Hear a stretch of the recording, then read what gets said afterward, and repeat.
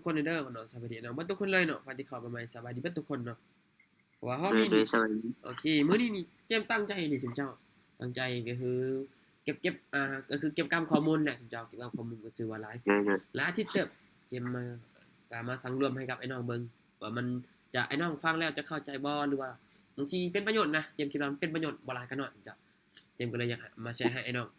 งจัก5-6ข้อนี่แหละไอ้น้องบ่ได้หลายซุมเจ้าบ่ได้หลายดอกจัก5-6ข้อนี่แหละก็เลยอยากมาแชร์ให้เนาะ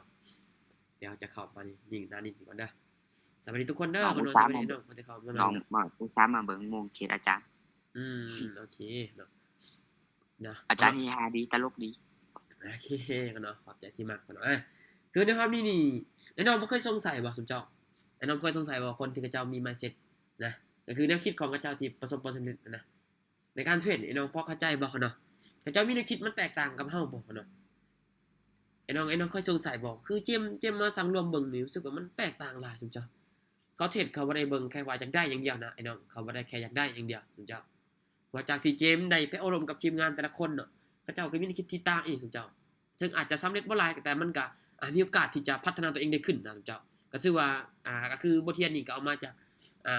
คือเจมเอาปรับใช้จากคนไทยเนี่ยสมเจ้าเนาะคนไทยเนี่ยเจมก็เอาก็คือมาปรับใช้ให้ตัวเองก่อนแหละจึงมาสานต่อให้กับไอ้น้องนะรู้สึกว่ามันโอเคดีสมเจ้ารู้สึกมันโอเคดีก็เลยแบบเดี๋ยวมาลองแชร์กับไอ้น้องเบิ่งสมเจ้าเด้อคือมื้อนี้นี่ก็เป็นมื้อที่ดีเลยสมเจ้าเนาะมื้อวันอาทิตย์เขาเนาะวันอาทิตย์ก็ถือว่าเป็นที่ดีเลยมาเขาเนาะเดี๋ยวเราจะมาเริ่มหัวข้อนำกันเลยเนาะเด้อไอ้น้องฮู้ชื่อควอลิตีสมเจ้าแต่ละคนฮู้ชื่อควอลิตีเนาะถ้าฮู้นี่ค่อยจะบ่แนะนำตัวได้สมเจ้าฮู้นี่เนาะรู้แล้วโอเคเนาะโอเคเนาะเนาะอาจารย์มีกันได้แล้วว่ามื้อนี้มีแล้วเนาะมาเดี๋ยวเราจะมาคือมื้อนี้นี่จะมาขึ้นมาแชร์บทเรียนเด้อสิไปให้น้อยหนึงสมเจ้าบ่หลายสมเจ้าบ่หลายดอกสมเจ้าเด้อมาเนาะก่อนอื่นมันก็ไอ้น้องต้องได้เข้าใจพื้นฐานของมันเนาะฮะโอเคเนาะส่งท้ายเด้อไอ้น้องส่งท้ายให้สามารถถามเจมส์ได้เลยเด้อไอ้น้องได้ส่งท้ายมาเดี๋ยวเราจะมาเริ่มกันเนาะบ่เป็นการซักซ่าเสียเวลาเด้อไอ้น้องเด้อเนาะมาเดี๋ยวเราจะมาเริ่มนำกันเลยสมเจ้าแป๊บนึงเด้อเนาะโมงบ่โอเค ถาไผโมงบ่ถาไผมาข้างนอกอันนี้จะเป็นหัวข้อที่1เด้อน้องเด้ออันนี้จะเป็นหัวข้อที่1สุมเจ้าอันนี้จะเป็นหัวข้อที่1ก็คือคิดแบบนักธุรกิจนี่เนาะคิดแบบนักธุรกิจเนาะก็คือคิดแบบเป็นเจ้าของเนาะอันนี้เนาะมีแนวคิดของคนที่ประสบความสำเร็จนี่ก็จะมีแนวคิดที่แบบเป็นตัวของตัวเองเลยสุมเจ้าก็คืออยากให้น้องได้เข้าใจว่าทุกคนทุกแต่ละคนน่ะเขาเจ้าคิดบ่คือเฮาน่ะเจ้าคิดเขาเจ้าคิดแบบตั้งขนาดสุมเจ้าจะไปฟังเบิ่งแหละสุมเจ้าไปฟังเบิ่งโอ้มันแตกต่างกับเฮาหลายสุมเจ้า พระเจ้ามาเข้ามาเทศนี่บ่แม่นว่าเขามาเพื่ออยากได้อย่างเดียวได้พระเจ้าเข้ามาเทศนี่บ่แม่นว่าเขามาเพื่ออยากได้อย่างเดียวเนาะเพราะว่ามันมีหลายในที่เขาเจ้าต้องการเจ้าเนาะเขาเจ้าบ่ได้เบิ่งการเทรดนี่แค่คือการลงทุนอันหนึ่งแต่เขาเจ้าเบิ่งระยะแบบชีวิตเลยเจ้าเขาเจ้าเบิ่งนะก็คือคิดแบบเจ้าของเนาะมาขยายความต่อให้เนาะเด้อคิดแบบเจ้าของก็คือคิดแบบเจ้าของคือกับการบริหารธุรกิจตนเองเลยเจ้าเนาะเพราะว่าเนาะต้องมีความรับผิดชอบความรับผิดชอบเกี่ยวกับตัวเองนี่แหละก็คือแก้ไขปัญหาได้เนาะแก้ไขปัญหาได้โดยที่บ่ต้องโทษคนอื่นเนาะและการเทรดก็เช่นกันเนาะการเทรดก็เช่นกันคือกันเนาะเพราะว่าขออภัยเด้อเสียงเกมก็บ่โอเคปานใดเด้อการเทรดก็เช่นเดียวกันเลยเนาะรู้จักปรับปรุงตนเองเนาะเมื่อตัวเองผิดพลาดแล้วเจ้าต้องรู้จักปรับปรุงเนาะต้องรับฟังจากคนอื่นอีกเจ้าต้องเรียนรู้จากคนอื่นอีกได้เนาะเราต้องปรับปรุงด้วยปรับปรุงตัวเองได้เมื่อเฮาอ่า รู้สึกว่าตัวเองผิดพลาดมันไปบ่ได้สมเจ้าเนาะคือแบบเฮายังอยู่กับที่อยู่บ่ไปบ่มาเทื่อสมเจ้าเนาะคืออยากให้น้องได้เข้าใจว่าเนาะเฮาต้องเบิ่งการเทรดนี่คือการลงทุนถูกเด้อธุรกิจนึงนี่แหละเฮาต้องเบิ่งเป็นนั้นบ่แม่นว่าเบิ่งคือการพนันเด้เขาเนาะบ่แม่นให้เบิ่งแบบนั้นได้บ่แม่นว่าเบิ่งแบบแค่อยากรวยไว้นะเฮาอย่าเบิ่งแบบนั้นเด้อไอ้น้องเด้อเพราะว่ามันสวัสก็มีดีอาจารย์โอเคเนาะสบายดีน้องเด้อคนที่เข้ามาใหม่สบายดีทุกคนเลยเนาะสบายดีน้องเบิดทุกคนมื้อนี้นี่มาแชร์บทเรียนหน่อยนึงเด้อไอ้น้องเด้อมาแชร์บทเรียนหน่อยนึงมาเดี๋ยวเจมจะต่อกันเลยสมเจ้าเด้อคืออยากให้น้องเบิ่งการเทรดนี่ บ่อยากให้เบิ่งแค่อ่าคือนักพนันเจ้าบ่อยากให้เบิ่งบ่อยากให้เข้ามาแบบนั้นนะเข้าใจไอ้น้องเด้อเข้ามาเพื่ออยากได้เงินนั่นแหละเข้าใจไอ้น้องคือกันแต่ว่ามันต้องแลกได้กันเนาะมันต้องใช้เวลาอีกเนาะมันต้องแลกอันใดอันหนึ่งเนาะคือพอการลงทุนนี่เนาะมันต้องใช้แบบแผนอย่างชัดเจนเจ้าก็คืออย่าให้อารมณ์ชั่ววูบมาทำให้แผนของเฮาอะนะเพราะว่าเจมมาคิดเบิ่งแล้วเนาะเจมมาคิดเบิ่งเลยว่าตามที่เจมได้ใช้มาเจ้า มันโอ้มันบ่มีแค่มันบ่ได้เว้าแค่การเทรดอย่างเดียวได้ถูกบ่มันเว้าหลายปัจจัยเลยเนาะ เนาะถึงการที่เฮานี่มีวินัยกับตนเองพอบ่เนาะมันเว้าหลายปัจจัยเลยเนาะคือการเทรดนี่บางคนเข้ามาเพื่อแต่อยากได้แต่ว่าอยากได้หลายเนาะแต่ว่าน้อยนักคนที่จะอยากเรียนนะทุกท่านเนาะเรียนในหน้าที่นี้ก็แม่นว่าจะเข้าไปเทรดอย่างเดียวเนาะก็บ่แม่นว่าแบบนั้นดอกเนาะก็มีหลายปัจจัยแน่ว่าจะเป็นเสพข่าวบ่เนาะหรือว่าเทรด demo บ่เนาะหรือว่าเฮาเข้าหากลุ่มคนที่เฮ็ดให้เฮาพัฒนาไปได้ไกลบ่ได้ไวบ่เนาะแล้วก็เฮาปรับปรุงตัวเองแล้วบ่เนาะ เขาต้องมีความรับผิดชอบกับตัวเองนะทุกเจ้าแบบนั้นน่ะเขาต้องมีความรับผิดชอบกับตัวเองเลยเนาะเพราะว่าบ่มีไผดอกเนาะที่จะมาช่วยเฮาเนาะคือเจมส์ก็ช่วยได้อยู่ช่วยแต่แนะนำให้แต่ว่าแต่ละคนนี่จะปฏิบัติบ่เนาะจะปฏิบัติบ่ทุกเจ้าคือคิดแบบนักธุรกิจนี่คือว่าคิดเป็นเจ้าของนี่ก็อยากให้น้องได้เข้าใจว่าทุกสิ่งทุกอย่างเนาะมันขึ้นอยู่กับเฮาหมดทุกเจ้าเด้อคนอื่นบ่สามารถที่จะปรับปรุงช่วยเฮาได้ทุกเจ้านอกจากตัวเฮาเองเนาะถ้าว่าเฮาผิดพลาดเนาะแล้วเฮาบ่ฮู้บ่จุดบ่ได้ที่จะปรับปรุงเนาะให้น้องก็ต้องไปศึกษาเนาะ ก็ต้องเรียนรู้ได้สมเจ้าได้เพราะว่าการเทรดนี่มันบ่ได้แม่นแค่การแบบจะเอาเงินเข้ามากดซื้อกดขายมันบ่แม่นแบบนั้นทุกคนเนาะมันก็แม่นอยู่แต่ว่ามันก็แม่นส่วนหนึงแต่ว่าบ่ทั้งหมดสมเจ้ามันใช้ทั้งความรู้ใช้ทั้งแผนการเนาะใช้ทั้งระเบียบวินัยเนาะมันมีหลายปัจจัยแน่สมเจ้ามันมีหลายปัจจัยเลยเจมส์นี่จะย้ำให้กับไอ้น้องเนาะเพราะว่าส่วนหลายเจมส์เขาเห็นแต่ละคนเทรดโอ้หนูยอมคือกันจ้ะเติมเท่าละน้อเขาเจ้าเติมเท่าละน้อเท่าละน้อเท่าละน้ออะไรแบบก็คือเสียไปแล้วก็อยากเอามาอีกจะเอามาอีกเอามาอีกนะทุกเจ้าแล้วก็บอกกับเฮาก็มีความโลภแน่ทุกเจ้าเฮามีความโลภแน่ยิ่งเฮาบ่อยากศึกษากับมันนี่ยิ่งความรู้เฮานี่ยิ่งน้อยอีกพุ่นน่ะยากสุดที่จะสร้างกำไรจากมันได้ทุกเจ้าคือเจมส์เห็นบางคนเข้ามาตอนแรกๆนี่ก็ดีอยู่ได้พุ่นน่ะพอต้นๆไปนี่ก็มิดทุกเจ้ามิดมอยซอยหายเลยทุกเจ้าบ่เห็นพุ่นน่ะเพราะว่าเข้ามาแล้วบ่จักว่าเขาเจ้าค่าเวียกค่างานบ่พุ่นน่ะแต่ว่าค่าเวียกค่างานก็ต้องมีเวลาให้มันทุกเจ้าเด้อ ต้องมีเวลาในสิ่งที่ตัวเองกำลังจะเฮ็ดอยู่จนเจ้าเด้อต้องมีเวลาให้มันแท้ๆเลยจึงจะเป็นจึงจะเก่งได้เนาะคือตัวนี้คือเขาว่าแล้วก็เนาะโฟกัสเนาะโฟกัสกับตัวเองเนาะโฟกัสแล้วก็ต้องปรับปรุงตัวเองต้องเน้นหนักได้เนาะอย่าเข้ามาลิ้นเด้อเด้อเจมบอกเลยอย่าเข้ามาเทรนอย่าเข้ามาเพื่อลิ้นกับมันเนาะถ้าจะลิ้นกับมันนี่มันก็จะลิ้นกับเจ้าคือกันเจ้าเงินของเจ้าเสียจับเลยผมบอกเลยเนาะถ้าพวกเจ้าบ่เรียนบ่ศึกษากับมันแท้ๆนี่เนาะบ่จริงจังกับมันแท้ๆนี่พวกเจ้าเสียยับเลยพวกเจ้าบ่เชื่อข่อยพวกเจ้าก็ลองเบิ่งเจ้าเพราะว่าเจมเป็นยังเจมจึงบ่กล้าเว้าเพราะว่าเจมเคยแล้วเนาะเจมเข้ามาเทรดนี่ตอนนั้นเจมคิดว่ามีแต่อยากได้เงินอย่างเดียวเด้อเจมคิดว่าอยากได้เงินอย่างเดียวแต่มาถามกับคนที่เขาเจ้าเข้ามาใหม่เขาเจ้าก็ว่าตอนตัวเองเข้ามาก็คิดแบบนั้นคือกันแต่ว่าจุดหนึงที่เขาเจ้ามีแนวคิดที่แบบว่าเปลี่ยนตัวเองเนาะเปลี่ยนตัวเองเพราะว่าในการเทรดนี่เพราะว่าเขาเจ้าเข้าใจระบบแล้วเขาเจ้าเข้าใจกฎเกณฑ์ของการเทรดแล้วเนาะการเทรดมันบ่แม่นแค่การเอาเงินเข้ามาเทรดอย่างเดียวเขาเจ้าเพราะว่ามันต้องใช้ถึงมีหลายปัจจัยเจมก็ยังฝึกคือกันไอ้น้องฝึกคือกันแต่ว่าถามว่าเจมเฮ็ดได้บ่เจมก็เฮ็ดได้พุ่นเนาะเฮ็ดได้แต่ว่ามันบ่หมดพุ่นเนาะคือเจมค่อยๆเฮ็ดนะเจ้าค่อยๆเฮ็ดไปทีละน้อยทีละขั้นตอนทีละขั้นตอนไปเจ้าบ่ฟ้าวฟังเจ้าบ่ฟ้าวฟังว่าค่อยฮู้แหละทุกสิ่งทุกอย่างมันใช้เวลาเลยเนาะทุกสิ่งทุกอย่างเฮ็ดหยังก็ตามใช้เวลาหมดพุ่นเนาะถ้าว่าพวกเจ้าบ่ปรับเปลี่ยนตนเองนี่เมื่อพวกเจ้าผิดพลาดน่ะพวกเจ้าบ่เติบโตเลยก็ว่าได้ยากสุดพุ่นเนาะถ้าผิดพลาดแล้วเฮ็ดซ้ำเก่าเจ้า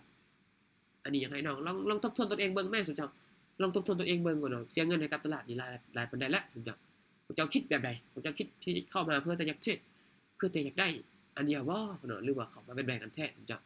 ว่าหรือว่าเข้ามาตามกระแสเนาะบางคนอาจจะเข้ามาเพื่อเทรดก็บ่ได้ลิ้นเนาะอยากได้เงินซื่อๆแต่กลับกันแล้วเจมาคิดเบิ่งมันบ่ได้แค่อยากได้เงินเพียงแต่อย่างเดียวสุดเจ้ามันมีถึงแนวคิดเฮาน่ะสุดเจ้ามันขึ้นอยู่กับแนวคิดเฮาเด้ไอ้น้องเจมก็บ่สามารถที่จะ บอกกับไอ้น้องได้ว่าแต่ละคนนี่มีแนวคิดแบบใดนะต้องคิดแบบใดจึงจะสามารถอยู่กับตลาดได้ครับคือตอนนี้นี่เฮาต้องปรับปรุงตนเองนะไอ้น้องเฮาต้องแย่งตัวเองเบิ่งแหละเนาะว่าเฮาต้องมีข้อผิดพลาดจุดใดแน่สุดเจ้าคือควบคุมอารมณ์บ่อยู่บ่พวกเจ้าก็ลองฝึกเบิ่งแม่ควบคุมอารมณ์อยู่เป็นหยังควบคุมอารมณ์อยู่จะใช้เทคนิคจะใช้เทคนิคตัวใดจะใช้อีหยังเข้ามาช่วยไอ้น้องลองนั่งสมาธิเบิ่งเจ้าลองสมาธิเบิ่งมันเป็นบางคนอาจจะคิดเบิ่งเป็นหยังสมาธิทรมานเมื่อยเนาะเนาะ มันเมื่อยได้คนนั่งสมาธิเมื่อยได้เมื่อยคนเนาะคือยังไอ้น้องนี่ลองอยู่กับตัวเองเบิ่งก่อนนะถึงจะแล้วผมจะเข้าใจเจมก็บ่สามารถที่จะสื่อให้กับไอ้น้องได้เห็นภาพได้ถึงจะแต่ว่าเจมรู้สึกว่าเจมปรับปรุงแล้วมันได้ผลจะมันได้ผลคือเจมจะค่อยๆฝึกเอาไอ้น้องคืออันดับแรกก็คือฝึกความอดทนให้มันได้ก่อนถึงจะฝึกความอดทนให้มันได้ก่อนคนเนาะถ้าขี้คร้านก็เฮ็ดอีกคนเนาะเฮ็ดมันอยู่นั่นแหละคนเนาะถ้าอยากขี้คร้านก็ลุกเฮ็ดมาเลยคนเนาะเฮ็ดได้เฮ็ดน้อยก็ตามคนเนาะเฮ็ดไรให้น้อยก็ตามเฮ็ดมันซ้ำๆไปเรื่อยๆคนเนาะรายปีมันสะสมมันได้มันฮู้เองแต่มันจื้อเองถูกจ้ะอันนี้แหละเนาะเขาเจ้าจึงเบิ่งให้เบิ่งยาวอย่าเบิ่งแค่มื้อ2มื้อ ในการเทรดเช่นเดียวกันเลยเนาะการเทรดก็บ่ต้องเบิ่งแค่มื้อ2มื้อว่าจะได้กำไรมื้อนี้เนาะเนาะให้น้องได้เข้าใจเนาะเพราะว่าการเทรดนี่ถ้าว่าเฮาบ่ปรับปรุงนี่โอ้เนาะพอตจะแตกหลายเทื่อแหละค่อยเบิ่งเนาะเราเสียเงินหลายเทื่อแรกกับมันเจ้าคือเขาเจ้าสร้างขึ้นมาเนี่ยเขาเจ้าก็สลาดได้เนาะสร้างขึ้นมาสร้างให้กับคนจีโลกเจ้าเนาะและไผที่มีแนวคิดที่แบบว่ากำไรแล้วเนาะกำไรแล้วแต่ว่าคือปะเงินเนาะถอนแต่กำไรออกและต้นทุนนี่ปะไว้ในกระเป๋า wallet กระเป๋าเฮาน่ะมันสิจริงเฮาน่ะมันนี่เห็นเงินจริงเลยอยากเทรดเจ้าเนาะตอนนี้เจมยังให้ถอนออกหมดเลยเด้อน้องเด้อเจมยังให้ถอนออกหมดเลยเจ้าบ่ต้องปะเนาะถ้าว่าเฮาฮู้ว่าตัวเองว่าเห็นเป็นเงินบ่ได้แล้วอยากเข้าไปเทรดเลยบ่ต้องปะไว้โดนเด้อเนาะให้ถอนออกหมดเลยเจ้าโอ้ยเนาะให้ถอนออกหมดเนาะปะเนาะถ้าว่าอยากเทรดมาใหม่ก็เติมเงินเข้ามาใหม่อีกถ้าว่าอยากเทรดได้คือไอ้น้องเนาะควบคุมตัวเองบ่ได้นะเจ้าเนาะก็มีแต่เฮ็ดแบบนั้นเอาถ้าว่าไผที่อยากคิดแบบนึงมีแนวคิดที่ว่าเห็นเงินในกระเป๋า wallet แหละก็มีแต่อยากจกออกมาจะจกออกมาหมดก็จะจกออกมาหมดจกออกมาจนได้เบิดเลยพอดแตกเจ้าบัดนี้อันนี้ลองถอนออกหมดเบิ่งจ้ะถ้าว่าเทรดมันก็เติมเนาะ น้องเลยนะ เห็นได้ เจ็บพอแล้วเจ้าเนาะถ้าว่านี่เนาะถ้าว่าอยากให้มันอันนี้แท้ๆเนาะก็ต้องอันนี้แม่เจ้าต้องเคร่งครัดกับตัวเองเลยเจ้าต้องเคร่งครัดกับตัวเองเลยอันนี้จะแม่นให้น้องปรับปรุงเอาเด้อน้องอันนี้จะแม่นแนวคิดคนแนวคิดก็คือหัวข้อที่1คือคิดแบบนักธุรกิจคนเนาะเห็นนักธุรกิจคิดแบบเป็นเจ้าของนี่แหละหัวข้อที่1ก็ประมาณนี้น้องเด้อคือสรุปแล้วนี่ก็อยากให้น้องเนาะมีความรับผิดชอบกับตัวเองนั่นแหละเจ้าหัวข้อที่เจ้ากำลังจะสื่อไปมีความรับผิดชอบกับตัวเองต้องสูงขึ้นเจ้ามีระเบียบวินัยให้มันสูงขึ้นเพราะว่าการเทรดนี่มันใช้ระยะเวลาเนาะมีแต่ประมาณนี้เด้อข้อที่1แล้วส่งท้ายบ่เข้าใจสามารถถามได้มาเดี๋ยวไปข้อที่2นำกันเจ้าเด้อไปข้อที่2นำกันเลยเจ้าหัวข้อที่2คนเนาะหัวข้อที่2ก็คือคนเนาะคิดว่าการลงทุนนี่คนเนาะการลงทุนหรือว่าการขาดทุนนี่นะเจ้าเนาะการขาดทุนเป็นเรื่องปกติเลยเนาะปกติเลยเด้อตัวนี้เนาะคนเนาะบ่ต้องแบบไปซีเรียสกับมันหลายปานใดเจ้าก็โอเคเข้าใจเนาะเด้อ สวัสดีอาจารย์ โอเคคนเนาะสวัสดีทุกคนเด้อสวัสดีเนาะคนที่เข้าใหม่สวัสดีทุกคนเนาะ ห่างกับเข้าโอเ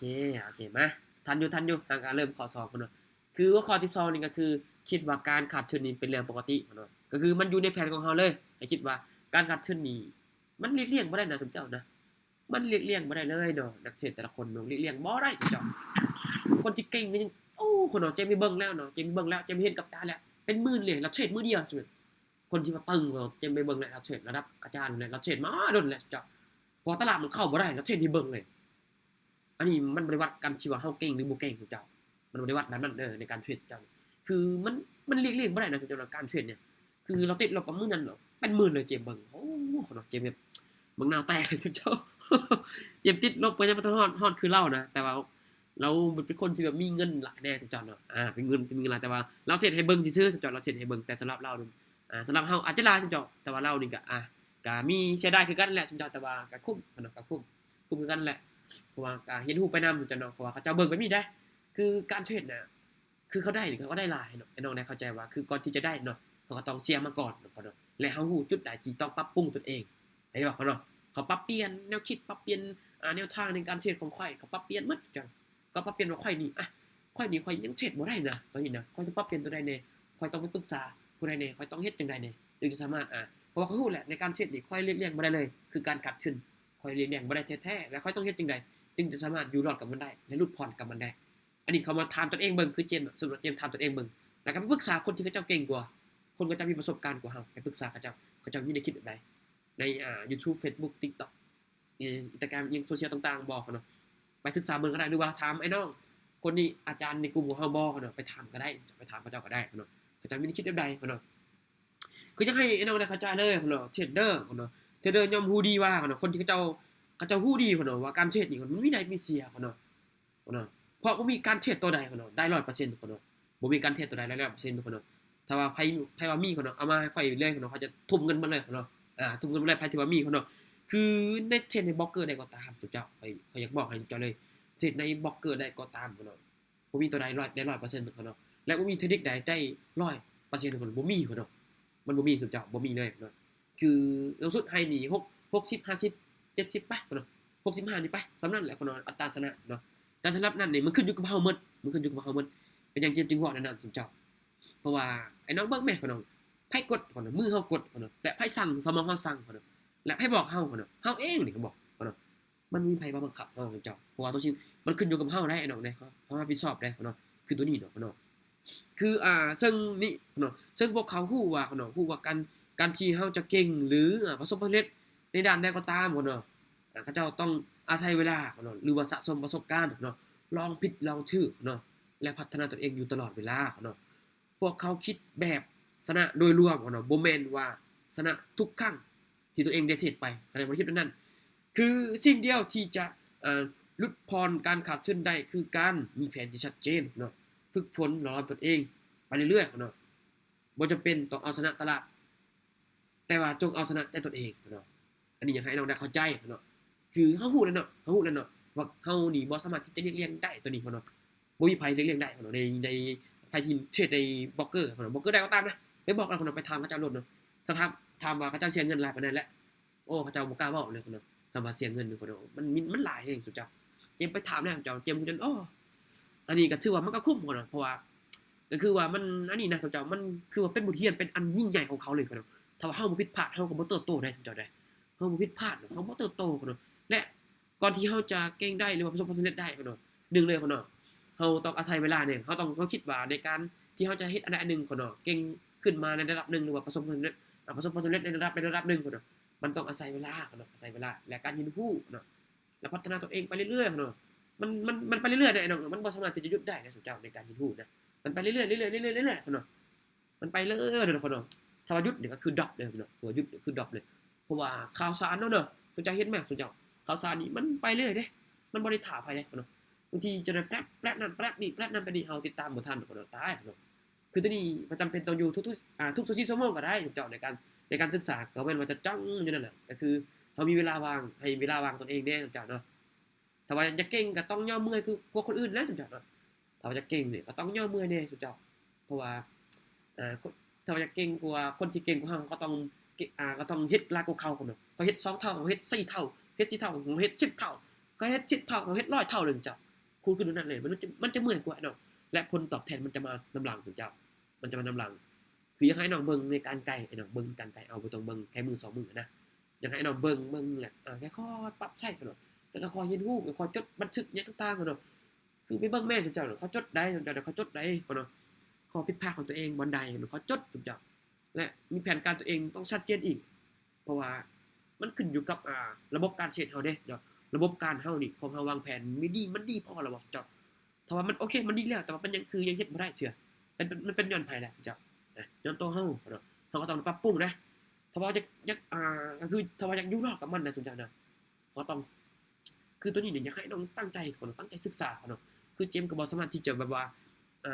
อยากคุมให้สมเจ้าได้เรียนทุกๆมื้อนะสมเจ้ามันก็บ่สามารถที่จะมาคุมได้แต่ว่าเวลาว่างเฮาต้องญาติเวลาว่างมาศึกษากันมาศึกษากับมันคือบ่ต้องมันเมื่อยอยู่เดะเนาะช่วงเริ่มต้นช่วงเฮามาจริงจังนี่เฮาจะได้รู้รสชาติของมันเฮาจะได้รู้รสชาติของมันเมื่อยแน่เด้อเขาจะบอกเลยมันเมื่อยแน่สมเจ้าเมื่อยแน่ก็เนาะจักแม่นหยังต่อแม่นหยังล่ะก็เนาะจักปัญหาคนอ้อมข้างจักปัญหาเฮาคิดไปแน่ก็เนาะหรือว่าปัญหาชีวิตของเฮาก็เนาะก็คือมันจะมีหลายเข้ามาทุกเจ้าเชื่อขอรถมันจะเข้ามาทดสอบของเจ้าถ้าไผยอมนี่ก็โอเคเขาเนาะไปบ่รอดทุกเจ้าไปบ่รอดเลยเฮ็ดหยังก็คือกันทุกเจ้าเนาะข้อยบอกเลยทุกเจ้าเด้อคือข้อยจะมาแชร์นี่บ่แม่นว่าแค่การเทรดอย่างเดียวทุกเจ้าก็คือรวมถึงการใช้ชีวิตตนเองนำเนาะนึงถึงการมีระเบียบวินัยตนเองนำถ้าพวกเจ้ามีระเบียบวินัยในการใช้ชีวิตของพวกเจ้าเนาะพวกเจ้าเฮ็ดตามแผนของพวกเจ้าได้นะซึ่งลองตัดออกในการเทรดเบิ่งแล้วพวกเจ้าลองเฮ็ดแผนการที่พวกเจ้าในชีวิตประจำวันของพวกเจ้านะพวกเจ้าเฮ็ดหยังในแต่ละมื้อแล้วพวกเจ้าเฮ็ดมันซ้ำๆแล้วพวกเจ้ามาปรับใช้ในการเทรดเขาบอกเลยมันได้ผลพวกเจ้ามันได้ผลเลยสมมุติพวกเจ้าจะอ่านหนังสือมื้อละ5หน้าหรือว่า2-3หน้าพวกเจ้าเฮ็ดแต่ละมื้อเนาะแต่ละมื้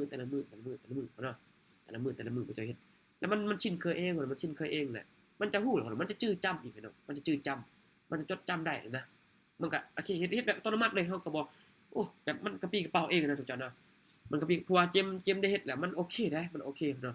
คือตัวนี้นี่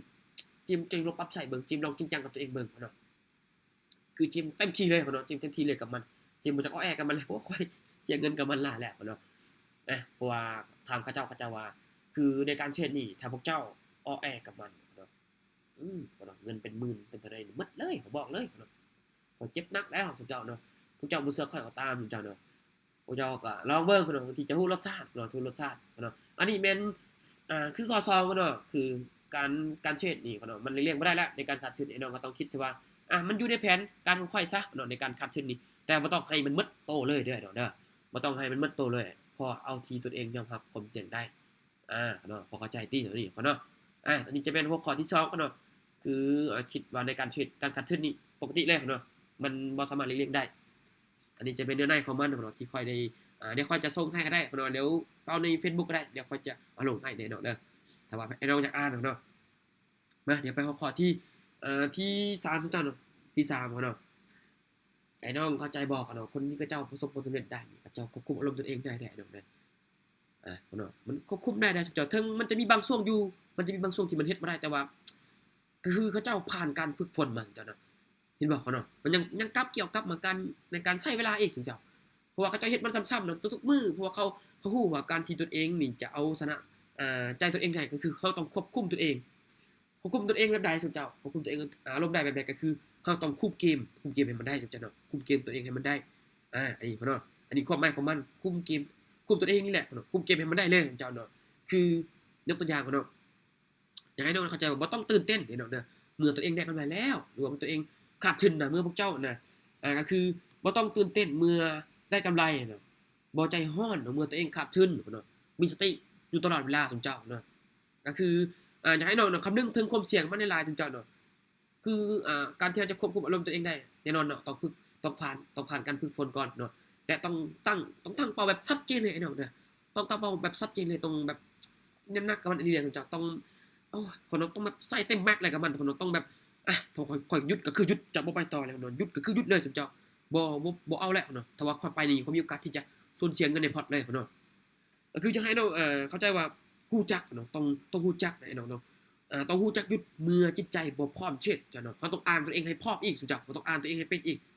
เพราะว่าคนส่วนใหญ่เนาะเจมาสังเกตเบิ่งเนาะมักเอาอารมณ์มาตัดสินในการเทรดนะจ้ะเนาะในการเทรดในการกดออกก็ได้ยังก็ตามเนาะในการไปใส่ก็ตามนะพวกเจ้าซื้อยังก็ตามอารมณ์เนาะตัดสินก่อนเลยเนาะอารมณ์ตัดสินอารมณ์ชั่ววูบมาปึ๊บเนาะมีคนบิ้วเฮามีคนเว้าเฮาปึ๊บเขาตัดสินเลยเนาะเขาตัดสินเลยเขาจังได้เลขเขาซื้อเลยจ้ะเนาะคือยกตัวอย่างเนาะยกตัวอย่างให้น้องเด้ออยากให้น้องได้เข้าใจเนาะอยากให้น้องได้เข้าใจเนาะยกตัวอย่างง่ายๆเลยเนาะ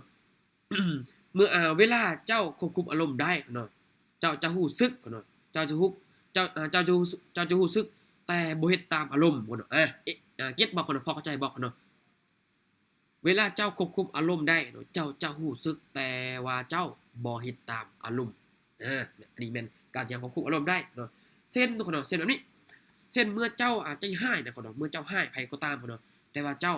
บ่โวยวายบ่โวยวายใส่คนอื่นเนาะเจ้าจะบ่โวยวายใส่คนอื่นเนาะก็คือเฮายังควบคุมอารมณ์ตัวเองได้เฮายังฮู้ว่าเฮายังใจร้ายนะแต่ว่าเฮาบ่ไปตามจิตบ่ไปตามอารมณ์ของเฮานะ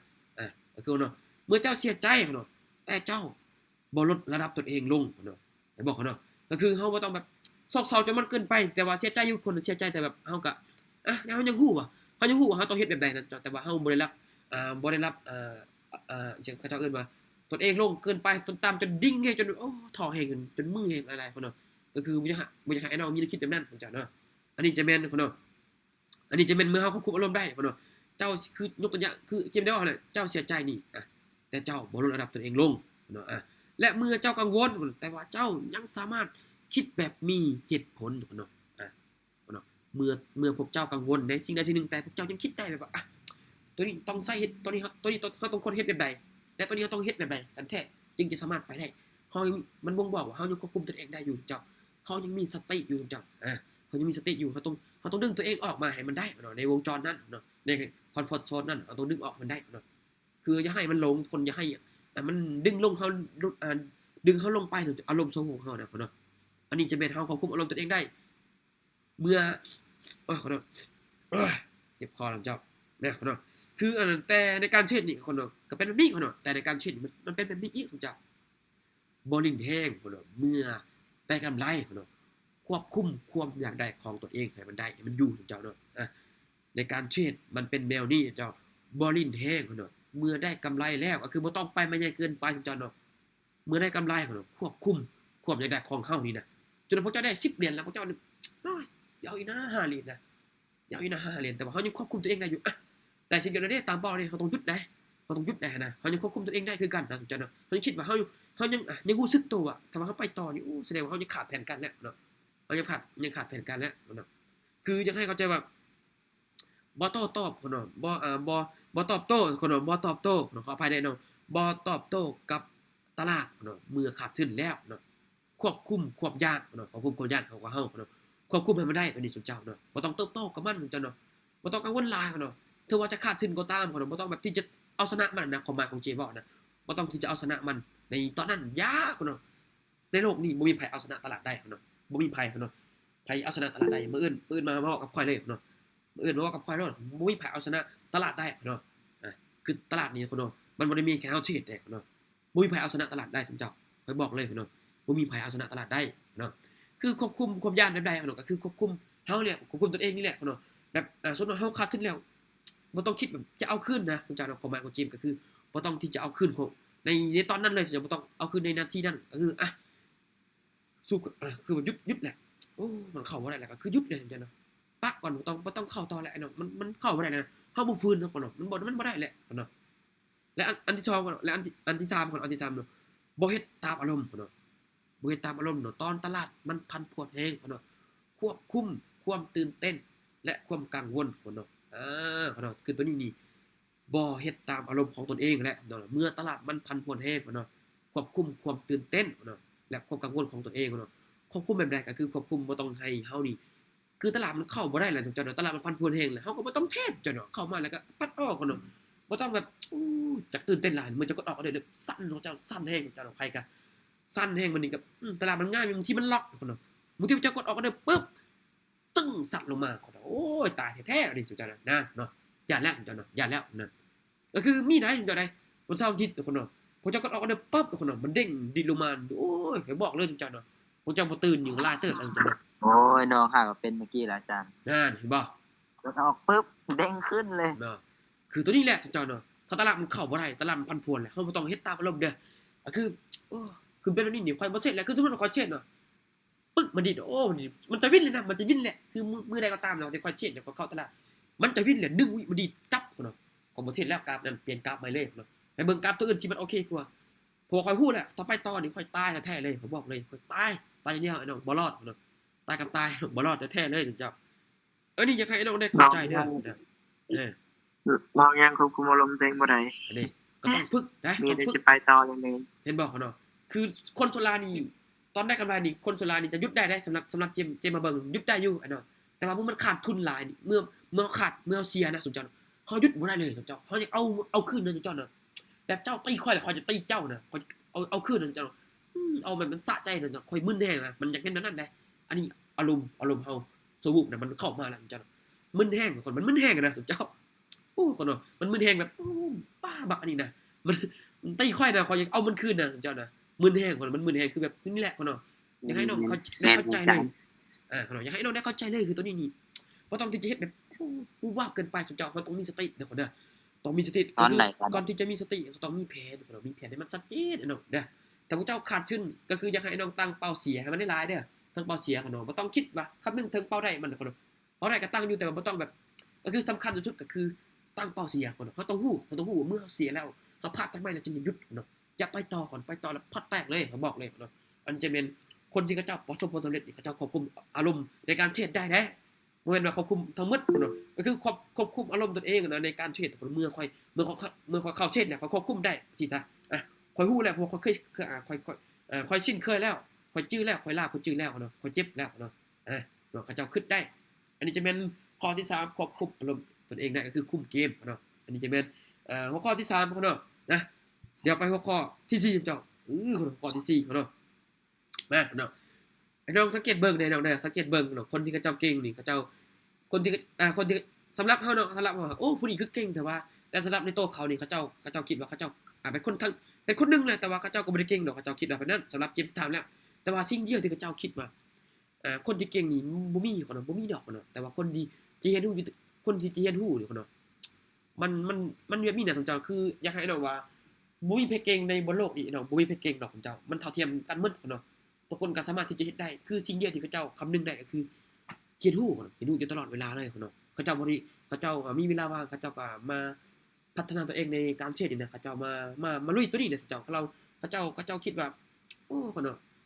คือเจมไปอ่านข้อความหนึงน่ะยังคิดว่าก็คือโจโฉบอกคนเนาะคนจีนนี่แหละเขาเจ้าว่าถ้าคิดว่าตัวเองเก่งคนเนาะคิดผิดแล้วเนาะคิดว่าตัวเองเก่งนี่คิดผิดแล้วคนเนาะเพราะว่าคนที่คิดว่าตัวเองเก่งนี่คนที่โง่นะคนเนาะเจมคิดว่าเพราะว่าในการเทรดอิหยังต่างๆหรือว่าเรียนอิหยังต่างๆคนเนาะมันต้องได้เรียนรู้ทุกๆตลอดเวลาเลยท่านเจ้าเนาะเพราะว่าโลกเฮาคนเนาะมันปรับเปลี่ยนไปทุกๆมื้อคนเนาะเปลี่ยนไปทุกๆมื้อเลยคนเนาะปรับเปลี่ยนไปอีกคนเนาะถ้าว่าเฮาตามโลกบ่ทันเฮาก็คือตายเลยท่านเจ้าเนาะจะเก่งจังได๋ก็ตามแต่ว่าเฮาตามบ่ทันนี่ตายคนเนาะเดี๋ยวเจมจะมาขยายความให้เด้อเนาะเด้อเรียนรู้อยู่ตลอดเวลาในนาทีนี้ก็คือคนเนาะเรียนรู้อยู่ตลอดเวลาก็คือบ่จำกัดเวลาเนาะหรือว่าสถานที่เนาะจะเรียนแนวเรียนหรือว่าในห้องเรียนบ่จำกัดบ่จำกัดเนาะบ่จำกัดเลยเนาะบ่จำกัดเรียนอยู่ไสก็ได้เนาะในการเทรดก็คือกันเนาะเรียนอยู่ไสก็ได้เลยเนาะฟังพอดแคสต์หยังต่างๆก็ได้จังเนาะเขาก็ยังเรียนเด้เนาะยังเรียนเด้เพราะพวกเขาฮู้ว่าโลกนี้จังเนาะมีการเปลี่ยนแปลงได้ไวเนาะและกล้าที่จะแตกต่างเนาะบ่หยุดยั้งที่จะพัฒนาตนเองเนาะพร้อมที่จะปรับปรุงเมื่อฮู้ตนเองว่าผิดพลาดแล้วเนาะผู้ที่เรียนอยู่ตลอดเวลาคือผู้ที่พร้อมจะรับมือรับอุปสรรคต่างๆที่เข้ามาก็คือคนที่เรียนรู้อยู่ตลอดเวลาคนฮู้ทันโลกแล้วว่าโลกนี้น่ะมันปรับเปลี่ยนไปเรื่อยเนาะเขาพร้อมที่จะรับมือกับอุปสรรคที่เข้ามานะบ่จะเป็นเรื่องชีวิตในการใช้ชีวิตบ่เป็นเรื่องการอิหยังต่างๆที่ในคือการบริหารต่างๆหรือว่าการเรียนรู้อิหยังต่างๆเนาะปัญหานี่แหละเนาะปัญหาส่วนตัวในปัญหาในการเรียนรู้นี่เขาพร้อมรับมือเนาะเพราะว่าเขาฮู้เด้เนาะเขาฮู้เลยว่าในโลกนี้น่ะเจ้าเนาะมันต้องได้เรียนรู้ตลอดเวลาเนาะบ่แม่นว่าเรียนรู้ตลอดเวลาในที่นี้ก็บ่แม่นว่าโอ้เรียนแบบจ้องนั่นนั่นนี่เนาะมันก็บ่แม่นเนาะเวลาว่างไอ้น้องก็พยายามศึกษาเนาะจดจำจดเนาะจดสิ่งใดที่ผิดพลาดเนาะอันนี้เนาะก็คือ เขาเจ้าฮู้ว่าโลกนี้มันเปลี่ยนแปลงเนาะและกล้าที่จะแตกต่างเนาะบ่หยุดยั้งที่จะพัฒนาตนเองเนาะพร้อมปรับปรุงเมื่อฮู้ว่าผิดพลาดไปแล้วเนาะผู้ที่เรียนอยู่ตลอดเวลาคือผู้ที่อาจจะรับมือกับอุปสรรคต่างๆเนาะอันนี้แม่นเฮาต้องเตรียมพร้อมเนาะมันบ่งบอกว่าเฮาต้องเตรียมพร้อมเนาะต้องเตรียมพร้อมต้องรับมือกับมันให้มันได้เนาะเมื่อมันยังเข้ามาเนาะนี่แหละเนาะคิดฮู้อยู่ตลอดเวลาเขาจะเข้าใจเขาจะตามโลกทันในการเทรดบัดนี้เนาะในการเทรดบัดนี้เจ้าคือในการเทรดก็เช่นเดียวกันเจ้าเนาะพวกเขาเรียนรู้จากการเทรดในแต่ละมื้อแต่ละครั้งที่ผิดพลาดเนาะก็คือบ่ว่าจะผิดพลาดเนาะบ่ว่าจะผิดพลาดหรือว่าถูกเขาเจ้าก็เรียนอยู่ตลอดเนาะเขาเจ้าเรียนนะเขาเจ้าเรียนเนาะจดเนาะจดบันทึกเนาะในการเข้าออกออร์เดอร์ทุกๆครั้งและติดตามข่าวสารเนาะพร้อมปรับโต้กับตลาดที่จะเปลี่ยนแปลงเนาะแล้วก็คือเพิ่มทักษะใหม่ๆในทางด้านการวิเคราะห์หรือว่าจิตวิทยาเนาะจิตใจหรือว่าการบริหารจัดการตนเองหรือว่าการmanagement อย่างต่างๆเนาะเขาจะพร้อมแล้วจนเขาจะเรียนได้เขาจะติดตามข่าวสารโลกต่างๆเนาะคือในตอนนี้เป็นยังราคาตลาดเนี่ยดิ่งลงแพงขนาดนั้นจ้ะเนาะก็คือจีนนี่คนมันก็คือเจมได้ติดตามข่าวจนสำหรับเจมเนาะเจมได้ฟังมาทางอันนี้นะคนเนาะทางสหรัฐคนเนาะก็เจ้ามีการจะเพิ่มภาษีทางจีนนี่คนเนาะแต่ว่าจีนนี่บ่ยอมจ้ะเนาะจีนบ่ยอมแบบจะเพิ่ม 100% เลยแต่ว่าจีนนี่มันก็บ่นิ่งเซ่อแล้วจ้ะเนาะมันก็ลุกขึ้นมาขึ้นแล้วนี่จ้ะเนาะเพราะว่านี่แหละคนเนาะตลาดมันจะขึ้นอยู่กับเศรษฐกิจโลกคนเนาะอยากให้ไอ้น้องได้เข้าใจว่ามันจะขึ้นอยู่กับเศรษฐกิจโลกแหละเมื่อเฮาฮู้แบบนี้คนเนาะแล้วเฮาจะคือนักลงทุนเนี่ยเขาฮู้ว่าช่วงนั้นทองคำมันจะเป็นจังซั่นจังซี่เขาเจ้าก็เกียมง่ายเกียมเฮ็ดจังซั่นจังซี่แหละคนเนาะเขาเจ้าก็ต้องมีแผนนั่นแหละต้องมีแผนสำรองคนเนาะก็คือมันบ่บอกว่าเขาเจ้าเกียมรับมือแล้วเนาะเขาเจ้าเกียมรับมือกับมันแล้วเจ้าเนาะอันนี้จะแม่นหัวข้อที่4คนเนาะบ่ได้หลายบ่ได้ซับซ้อนเจ้าเนาะบ่ได้หลายบ่ได้ซับซ้อนเนาะคนเนาะในการเทรดนี่อยากให้น้องนี่ก็คืออยากให้น้องศึกษากับมันติดตามข่าวสารเอาสิ่งที่มันมีประโยชน์พุ่นเด้อก็อยากให้น้องเรียนรู้อยู่ตลอดเวลาว่าจะเป็นก่อนที่จะนอนจ้ะจิซะก่อนที่จะนอนไอ้น้องลองอ่านเบิ่งไอ้น้องลองอ่านเบิ่งไอ้น้องลองจดลองเจียเบิ่งแล้วพวกเจ้าจะรู้สึกว่ามันจะเปลี่ยนแปลงหลายเด้สำหรับพวกเจ้าเฮ็ดซ้ำๆพวกเจ้าเปลี่ยนแปลงหลายโลดเนาะข้อยบอกเลยเนาะคือข้อยก็เฮ็ดแบบนี้ประจำเลยเนาะประจำเลยแล้วอยากได้หยังนี่ข้อยก็เขียนลงเจียได้เนาะอยากได้หยังข้อยเขียนลงเจียแล้วผิดพลาดตัวใดข้อยเขียนลงเจียหมดเนาะให้มันจื้อมันจำนะจะมันจื้อว่าข้อยผิดพลาดจุดนี้และข้อยอยากได้ตัวนี้แหละข้อยจดแล้วข้อยจื้อแล้วข้อยต้องไปฮอดเป้าหมายให้มันได้เจ้าเนาะอันนี้ก็คือต้องเรียนรู้คนเนาะต้องปรับตัวตนเองให้มันได้เจ้าเนาะเขียนให้มันจื้อมันจำอยู่พวกเจ้าจดนั่นเนาะมันจื้อเองนะเจ้ามันจื้อนะเจงก็บ่สามารถที่จะบอกได้ว่าเป็นจังมันจึงจื้อเองก็รู้กันแต่ว่ามันเฮ็ดแล้วมันโอเคมันโอเคหลายเจ้า มันโอเคเลยแหละเนาะมันโอเคเลยแหละก็เลยแบบเบิ่งจะเอา obligation นี้นะมาแชร์กับไอ้น้องเบิ่งเนาะอันนี้หัวข้อที่4เนาะเฮ็ดฮู้อยู่ตลอดเวลาเด้อไอ้น้องเด้อบ่ต้องบ่ต้องหยุดที่จะพัฒนาตนเองเนาะเฮ็ดฮู้อยู่ตลอดเวลามีหยังเข้ามาก็บ่กระทบกระทั่งเนาะเพราะจิตใจของมันแข็งพอแล้วเนาะเขาฮู้แล้วเป้าหมายของเขาต้องเฮ็ดหยังมีแผนชัดเจนมีเป้าหมายชัดเจนแล้วเราจะฮู้วิธีไปฮอดเป้าหมายมีแผนชัดเจนและเราจะฮู้วิธีไปฮอดเป้าหมายเนาะอันนี้เป็นหัวข้อที่4ทุกคนเนาะเดี๋ยวไปหัวข้อที่5นำกันเลยเด้อไปหัวข้อที่5นำกันเลยเนาะอันนี้ก็ต้องได้เว้าขึ้นคือเก่าอีกสมเจ้าเนาะหัวข้อที่5เนาะก็คือการบริหารความเสี่ยงเอาเป็นหัวใจสำคัญเลยเนาะการบริหารความเสี่ยงนี่นักเทรดนี่เขาเจ้าคำนึงถึงตัวนี้เขาเจ้าจับจุดตัวนี้ให้มันได้สมเจ้าเนาะถึงจะกำไรน้อยก็ตามแต่ว่าเขาเจ้าคิดว่าในการเทรดนี่ค่อยบ่ได้เทรดมื้อเดียวเนาะค่อยบ่ได้เอากำไรมื้อเดียวเนาะค่อยเบิ่งยาวค่อยเก็บยาวเนาะถึงจะได้กำไรน้อยก็ตามเนาะเพราะว่าถ้าว่าในการเทรดนี่นะสมเจ้าเนาะความเสี่ยงมันสูงเนาะความเสี่ยงสูงเนาะมันบ่ได้เล่นแค่กับตลาดมันเล่นกับสภาพจิตใจของเรานำเนาะใจบ่แข็งพอนี่ตกนรกตายเลยเจ้าค่อยบอกเลยเจ้าเด้อตัวนี้เด้อขอพาว่าคำหยาดได้เนาะเด้อคือคำนึงถึงความเสี่ยงได้พวกเจ้าจะฮู้วิธีเนาะเอาความเสี่ยงนี่เป็นหัวใจสำคัญเลยเนาะก็คือต้องจัดการความเสี่ยงนี่แหละเนาะจัดการความเสี่ยงในนาทีนี้ก็คือเนาะหมายถึงเนาะการปกป้องสินทรัพย์ให้อยู่ในระดับขอบเขตที่เท่าที่ตนเองนี่ยอมรับได้เนาะและต้องมีแผนสำรองอีกเนาะจัดการกับรายได้ตนเองเนาะแบ่งเงินเป็นสัดเป็นส่วนเนาะคำนวณถึงความสามารถของตัวเองไปพร้อมอีกสมเจ้าบอกเนาะไอ้น้องเห็นภาพบอกเนาะอยากให้น้องได้เข้าใจเลยเนาะจัดการความเสี่ยงเนาะก็คือปกป้องสินทรัพย์ของเฮาเนาะอยู่ในระดับเท่าที่ตัวเองยอมรับได้นะเนาะก็คือบ่ต้องให้ขาดทุนมันหลายเกินไปเนาะเท่าที่ตัวเองไหวสมเจ้าเนาะและต้องมีแผนสำรองอีกเนาะจัดการกับตนเองจัดการกับรายได้อีกเนาะแบ่งเงินให้เป็นสัดเป็นส่วนอีกเนาะคำนึงถึงความสามารถของเฮานี่ว่าเฮามีความสามารถหลายปานใดเนาะและเฮาที่จะไปเอากำไรประมาณนี้เฮาความสามารถเฮาถึงบ่เนาะและเฮาพอรับได้บ่เนาะพอรับได้บ่นะกับการที่จะขาดทุนประมาณนี้พอรับได้บ่ไอ้น้องต้องคำนึงถึงแบบนี้พุ่นเด้อในการเทรดก็เช่นเดียวกันของเจ้าเด้อเจ้าต้องปกป้องสินทรัพย์ของเจ้าเนาะโดยที่บ่ต้องให้ตนเองขาดทุนนักหน่วงของเจ้าเด้อและมีแผนที่ชัดเจนเนาะตั้ง stop loss เนาะมีเป้าได้เป้าเสียเนาะกำหนดอัตราความเสี่ยงให้บ่ให้เกินเนาะบ่ให้เกิน 3% เนาะบ่ให้เกิน 3% ของต้นทุนโดยรวมเนาะซึ่งคนที่จะอยู่รอดกับตลาดได้เนาะอยู่กับความเสี่ยงได้เนาะวินัยเนาะสำคัญเลยก็คือวินัยเนาะ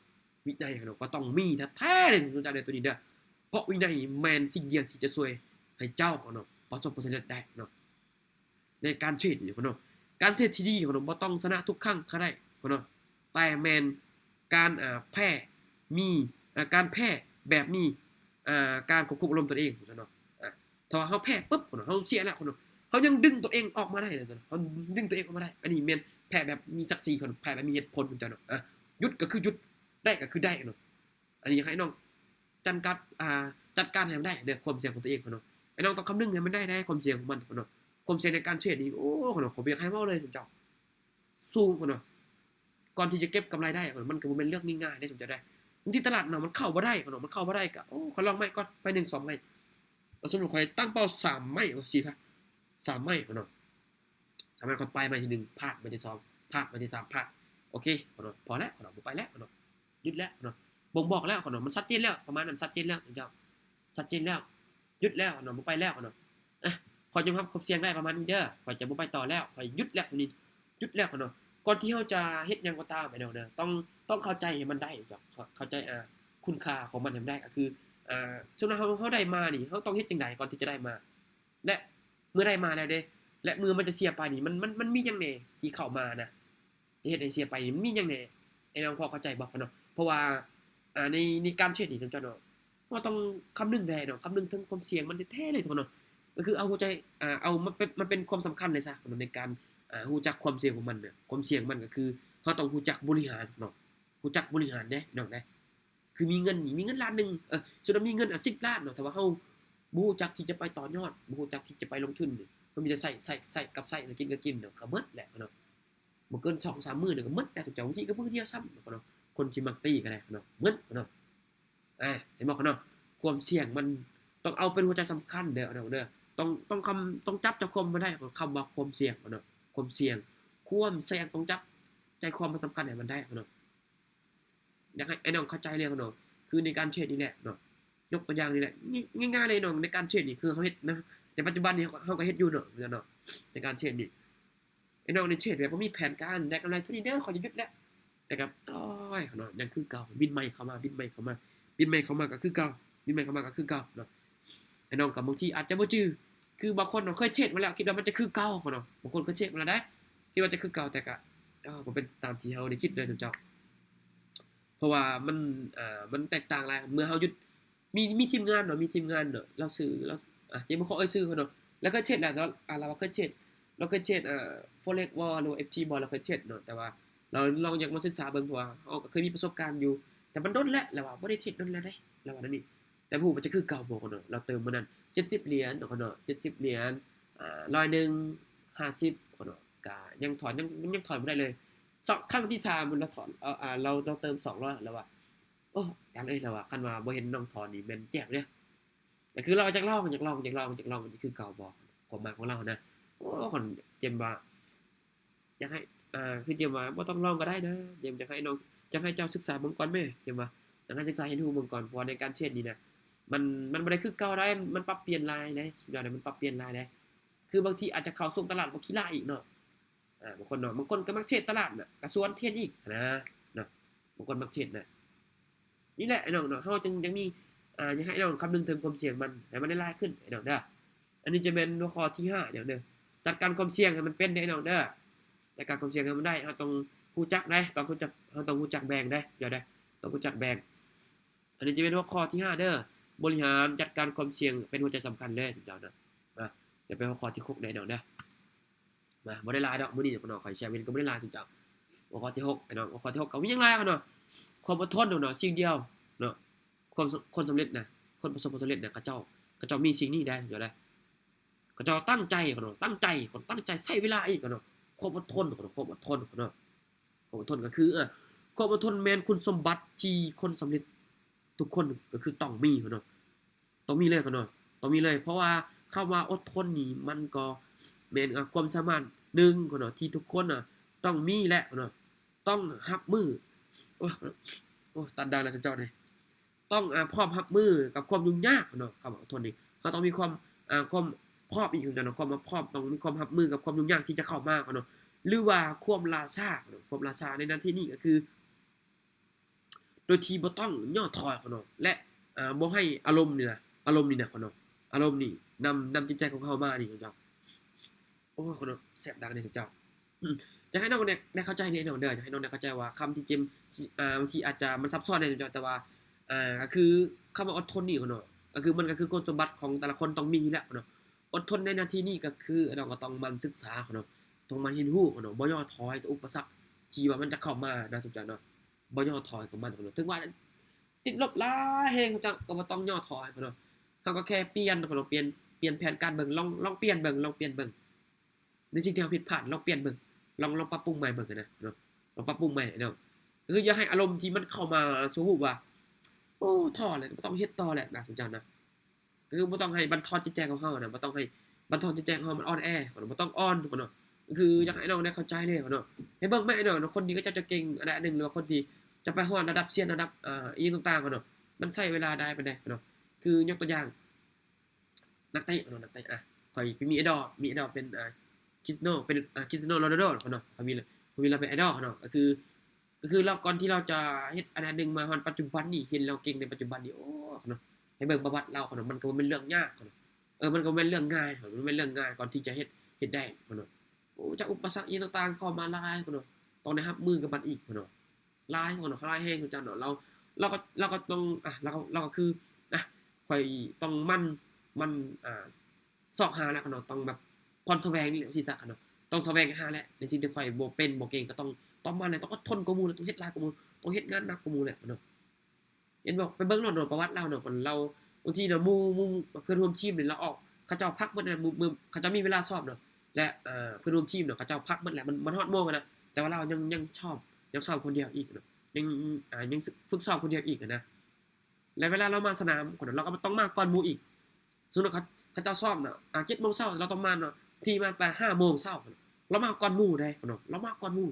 เราต้องเตรียมพร้อมก่อนหมู่อีกคนเนาะอันนี้คนเนาะความอดทนเนาะความตั้งใจคนเนาะเขาเจ้าต้องมีคนเนาะเจ้าต้องมี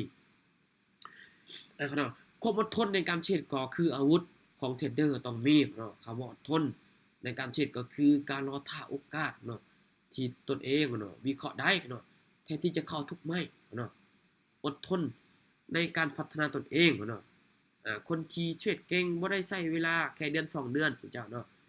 แต่เป็นเส้นทางชีวิตเนาะคันสิเว้าก็มันคือ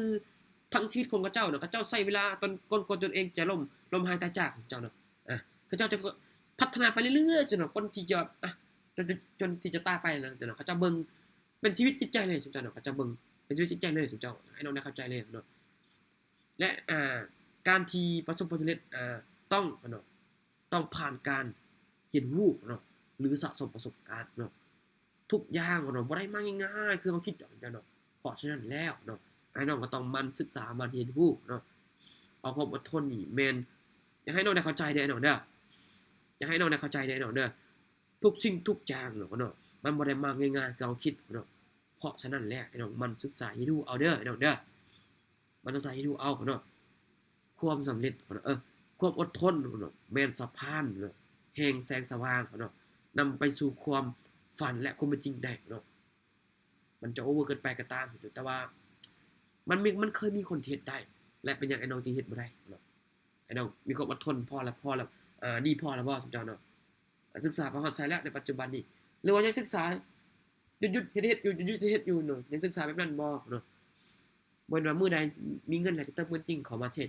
จะเติมเงินจริงเข้ามาเทรดเนาะโอ้เป็นนักกตาที่สุดเจ้านักกตาแท้ๆเลยสุดเจ้าแบบนั้นน่ะดีโมนี่ก็สำคัญได้เนาะเงินดีโมไอ้น้องถึงมันอาจจะเทรดมันบ่ได้เงินจริงก็ตามนั่นน่ะสุดเจ้าแต่ว่ามันคือบทเรียนเนาะมันคือบทเรียนคือข้อยเนี่ยเริ่มต้นข้อยเทรดนี่ได้สุดเจ้าดีโมน่ะ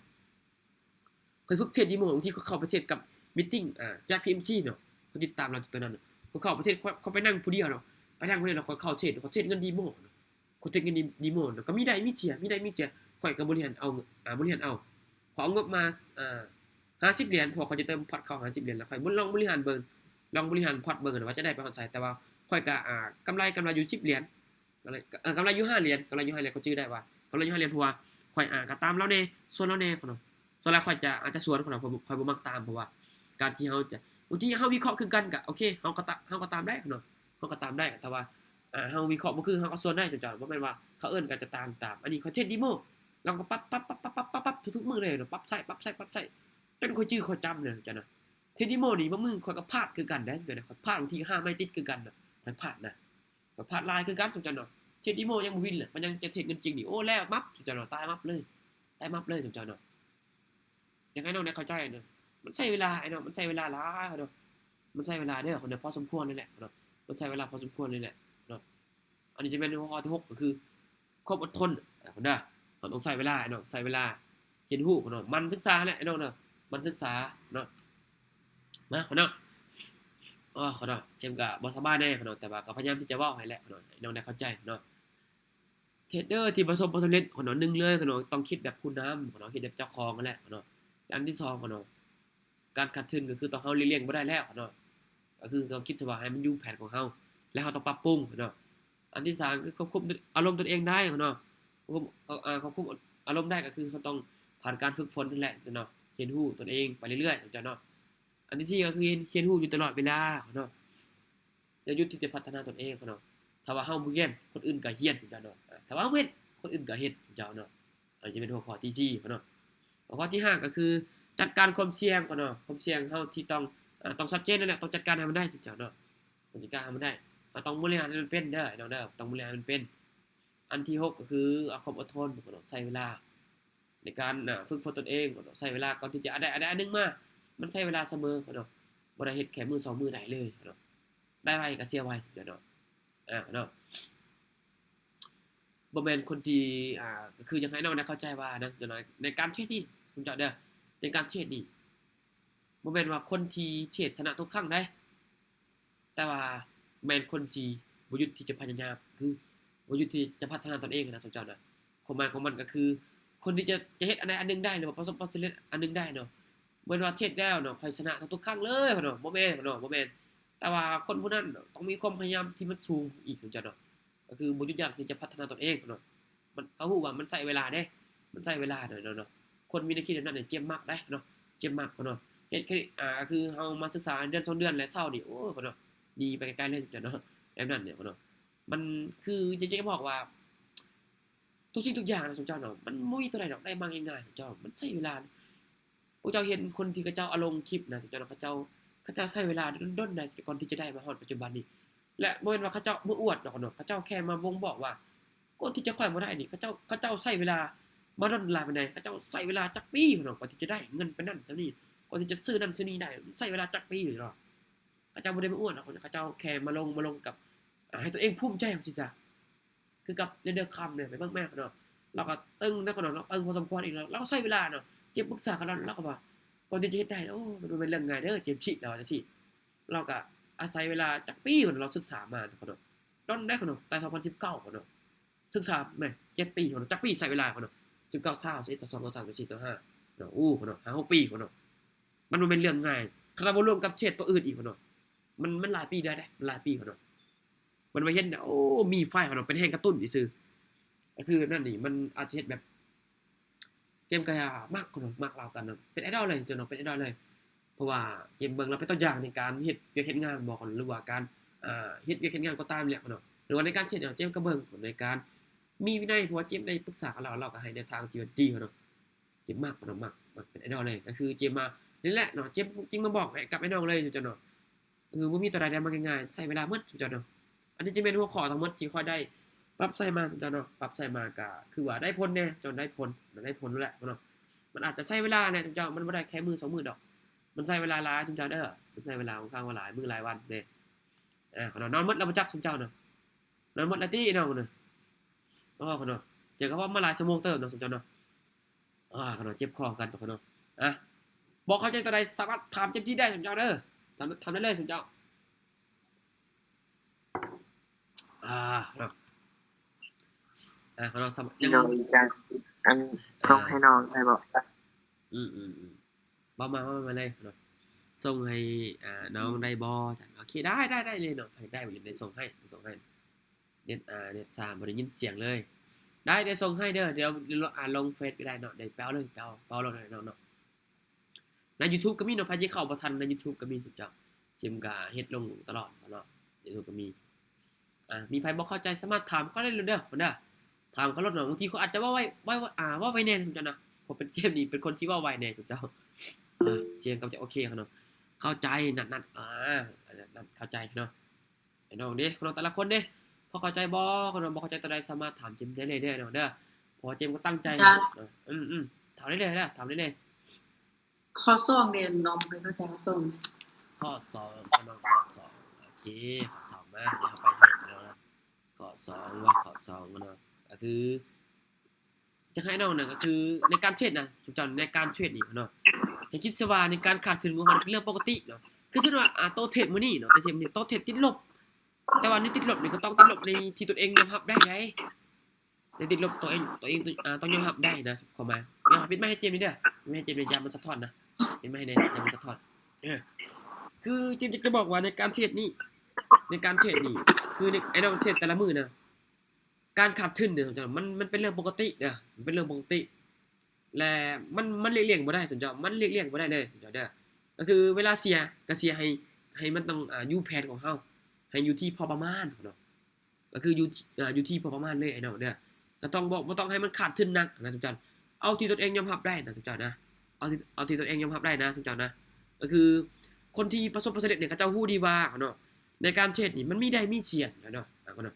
เพราะว่าบ่มีการเทรดตัวใดได้ 100% สนใจเนาะซึ่งพวกเขาฮู้ว่าการที่จะเก่งขึ้นเนาะมันอาศัยเวลาเนาะอาศัยเวลาเด้อคนเด้ออาศัยเวลาเนาะอาศัยเวลาและก็คือต้องลองผิดลองถูกเนาะต้องลองผิดลองถูกเนาะพัฒนาไปเรื่อยๆเนาะต้องจึงเฮาจะเข้าใจเฮาต้องเฮ็ดลองผิดลองถูกเบิ่งตัวนี้บ่ได้ผลเฮาก็เปลี่ยนตัวนี้บ่ได้ผลเฮาก็เปลี่ยนคือเพราะว่ามันเฮาเลี่ยงบ่ได้เด้ว่าในการขาดทุนนี่เฮาเลี่ยงบ่ได้เลยสมเจ้าเนาะเฮาเลี่ยงบ่ได้เนาะและสิ่งเดียวที่จะเฮ็ดหลุดพ้นได้ก็คือ พัฒนาตนเองเนาะเรียนรู้เนาะเรียนรู้ไปเรื่อยๆเนาะพัฒนาตนเองเอาใจใส่เนาะเอาใจใส่กับการเรียนรู้ตนเองเนาะบ่ผัดวันประกันพรุ่งเนาะเนาะเอาใจใส่เนาะเอาใจใส่เลยเนาะในการเทรดนี่เนาะต้องเอาใจใส่ได้ในการเรียนรู้วางแผนนี่มันชัดเจนอีกเนาะก็คือจะให้ไอ้น้องได้เข้าใจว่าเมื่อเสียแล้วเนาะอย่าให้มันเสียหนักเกินไปเนาะนะอย่างคิดซะว่าส่วนเขาเทรดนะ3ไม่ค่อยพลาดโอเคขอยอมรับได้ก็คือหยุดแล้วเนาะมันอยู่ในแผนของข่อยแล้วข่อยวางแผนไว้แล้วแต่ว่าข่อยเข้าไว้ตลาดบ่ได้นะข่อยเอางบมาซ้ำนี่แหละก็คือหยุดแล้วบ่ไปแล้วเนาะไปต่อบ่ได้แล้วก็คือยับเลยจุ๊บยับเลยถ้าไปต่อก็คือยับเลยอยากให้ จานน้องขอถามแหละ อ่าปลาหน่อยกินปลาใหญ่แม่นเนาะก็แม่นั้นพวกน้อยๆเติม10เหรียญ20เหรียญแล้วอาจารย์พวกใหญ่ๆแม่นสิเก็งกำไรไปขออาจารย์หมดว่า ก็คือเข้ามาแบบนี้ก็คือเข้ามาปานนั้นปานนี้เข้ามากับเขาเจ้านะมันมีกลุ่มคนที่มีเม็ดเงินที่หลายนะสมเจ้านะเม็ดเงินที่มันหลายกว่าเฮานะสมเจ้าเนาะคือในการเทรดนี่นะเจะได้บอกว่ามันบ่ได้มีแค่เฮาเทรดนะสมเจ้าเนาะมันไปตามคนส่วนหลายนะสมเจ้านะมันไปตามคนส่วนหลายเนาะมันบ่ได้มีแค่เฮาเทรดสมเจ้าคือเจมเทรดนี่เจมได้ทุกมื้อบ่ก็บ่ได้ทุกมื้อเสียหนักคือกันสมเจ้าบางทีข่อยบ่ได้เอาลงให้สมเจ้าได้เบิ่งซื่อสมเจ้าข่อยก็เสียคือกันนะข่อยเทรดนะบางทีข่อยไปเทรดผู้เดียวน่ะข่อยเทรดผู้เดียวน่ะข่อยก็เสียความหมายก็คืออยากให้น้องได้เข้าใจว่ามันบ่มีแค่เฮาเทรดเด้อมันมีกลุ่มคนใหญ่มันมีกลุ่มคนที่มีเงินหลายกว่าเฮานะสมเจ้านะแล้วเฮาจะฮู้จังได๋ว่าเฮาต้องเฮ็ดแล้วเฮาจะฮู้จังได๋เวลาเฮาเทรดนะก็คือเขาต้องไปตามคนส่วนใหญ่สมเจ้าเนาะเฮาต้องไปตามคนเคลื่อนที่ตามคนกำลังจะไปแล้วเฮาจะฮู้จังได๋มาเบิ่งตลาดอีกมาเบิ่งตลาดอีกมาปรับปรุงอีกเนาะมาเบิ่งตลาดว่ามันจะในช่วงที่เฮาเข้าออเดอร์น่ะมันโอเคบ่นะเนาะมันปรับตัวไปจุดใดแล้วมันไปจุดใดแล้วเฮาต้องตามให้มันทันได้ผมเจ้าได้คือเจมส์เทรดน่ะอยากให้น้องได้เข้าใจเด้อเนาะคือคนเทรดน่ะบ่มึงคนติดลบหลายเลยก็ได้คนเจ็บหนักหลายคือกันเนาะแต่ว่าตัวเองยอมรับได้ตัวเองยอมรับได้ จ้าในความคิดของน้องก็คือคันเฮามีงบน้อยเฮาต้องหาจังหวะที่ดี แม่น ๆมั่นใจเฮาจึงออกออเดอร์ แม่นคือ น้องก็เฮ็ดแบบนั้น แม่นเห็นบ่แล้วเฮ็ดได้นี่มันได้ผลบ่แล้วเฮาหยุดบ่เมื่อได้นะเฮาหยุดบ่ ได้ผล เห็นบ่ น้องฮอบเช้าประมาณน้องเก็บประมาณ2เหรียญน้องตื่น 7:00 นเพราะว่าโมงนั้นบ่มีคนเทรดแล้ว5:00 นน้องเก็บ2เหรียญวันหนึง5เหรียญก็พอแล้วเดือนหนึงก็ได้หลายอยู่เด้ นี่ คันเฮาได้5เหรียญ แม่นสมเชยเลยเนาะเพราะว่าเฮามีแผนชัดเจนแล้วเด้สมเชยเลยเนาะเตรียมตัวมือให้เลยเนาะสมเชยเพราะว่าเฮานี่น่ะยังฮู้ว่าเฮาต้องเก็บแบบใดแบบใดแล้วเมื่อขาดทุนนี่เฮาต้องหยุดบ่หรือว่าเฮาไปต่อเฮายังฮู้ว่าแผนการเฮาเป็นแบบนี้เฮาปรับใช้มันได้ผลเฮาก็เฮ็ดเนาะถ้าว่าได้ผลก็โอเคลองปรับเปลี่ยนใหม่บ่ได้ยากเลยเนาะมันใช้เวลาแน่นิดนึงจานน้องมีงบตอนนี้น้องเติมเข้ามาประมาณ8เหรียญตอนนี้น้องมี30เหรียญน้องเอาเข้ากระเป๋าซะหาเอาออกมาหาคันเสียหามื้อนั้นน้องเซาเลยคันได้หาน้องเอาใส่กระเป๋าหามื้อนึงมาเทหาอีก โอ้ตึงเนาะ8เหรียญพุ่นน่ะตึงแฮงป่า8เหรียญไปฮอด30เหรียญเจมยังบางครั้งก็ยังเฮ็ดบ่ได้สำเจ้าเนาะ ก็คือแล้วแต่จังหวะตลาดเลยก็ดีแล้วเนาะถ้าโตแบ่งพอร์ตได้นะโตแบ่งพอร์ตได้สุดยอดหลายเนาะเก่งหลายเนาะเฮายังฮู้แบ่งพอร์ตได้นะ ให้กดออกเลยคันใดก็ให้เอาใส่กระเป๋ากดออกเลยบ่ต้องไปขึ้นหลาย แม่นเฮายังฮู้เด้เฮายังฮู้ว่าจัดการตัวเองแบบนี้เฮายังฮู้ว่าเด้เฮายังฮู้แหละคือจังให้น้องนี่ให้น้องเอาเป็นตัวอย่างเนาะเพราะว่าเฮาต้องฮู้มีแผนให้มันชัดเจนเนาะในการเทรดนี่มันบ่ได้แม่นว่าแค่เฮานี่ที่อยากได้อย่างเดียวเนาะในเมื่อที่เสียเนาะมันก็เสียได้จังได้มันบ่ได้เสมอไปแหละเฮาต้องหยุดเนาะและต้องหยุดให้มันได้เด้อไอ้น้องเด้อเสียก็ต้องหยุดให้มันได้อย่าคิดที่จะนำคืนน่ะไอ้น้องเพราะว่าตลาดนี่มันเปิด24ชั่วโมงอยู่แล้วมาเทรดมื้อใดก็ได้เนาะเทรดมื้อใดก็ได้เลย มื้อนี้บ่ได้อาจบ่แม่นว่าน้องเฮามื้อหน้าได้ก็แม่นว่าน้องเฮา เนาะแต่ละคนนี่พอเข้าใจบ่เนาะบ่ทำบ่เรียนที่ได้แชร์ไปถูกจ้ะเนาะพอเข้าใจบ่เนาะคือในรอบ9:30นนี่เกมก็ยังจะขึ้นมานำพาเทศแล้วถูกจ้ะนะ ในรอบ9:30นนี่เนาะแต่ละคนเด้เนาะพอเข้าใจบ่เนาะ น้องได้กำไรแล้ว เข้าใจ เนาะโอเคเนาะ อาจารย์ เราวิธีการวางแผนในการเทรดเฮาควรวางแบบใด วางแผนในการเทรดนี่แหละก็คือเฮาต้องมีงบแล้วเฮาจะเฮ็ดจังได๋ก็คืองบเฮาต้องแบบใดนะงบเฮาวางแผนในการเทรดนี่ก็คือความหมายก็คือว่าอันที่1เนาะเฮางบเฮาสมมุติว่า100นึง สมมุติยกตัวอย่าง100แล้วเฮาวางแผนสมมุติ100แล้วค่อยจะเก็บกำไรเท่าไหร่ดีนะประมาณแล้วเฮาจะเดินเงินแบบใดสมมุติมีงบ100ค่อยเอาปะอยู่ในกระเป๋าอีก50เหรียญค่อยออก50เหรียญมาเทรดเบิ่งแล้วค่อยจะก็คือใน50เหรียญนี่จะเอากำไรเท่าใดดีเนาะและเป้าเสียเด้หยุดบ่จักไม่จังหยุดและเป้าได้ดีจักไม่จังหยุดและเดินเงินดีจะเดินเงินแบบใดและตลาดเขาจะเข้าในช่วงใดจึงจะสามารถเทรดได้พอในช่วงนี้ตลาดเข้าบ่ได้โอเคมันบ่เทรดหรือว่าอยากลองใหม่1 2ใหม่ก็สุดแล้วแต่เนาะแต่ว่าเมื่อเสียก็ต้องหยุดให้มันได้เด้อ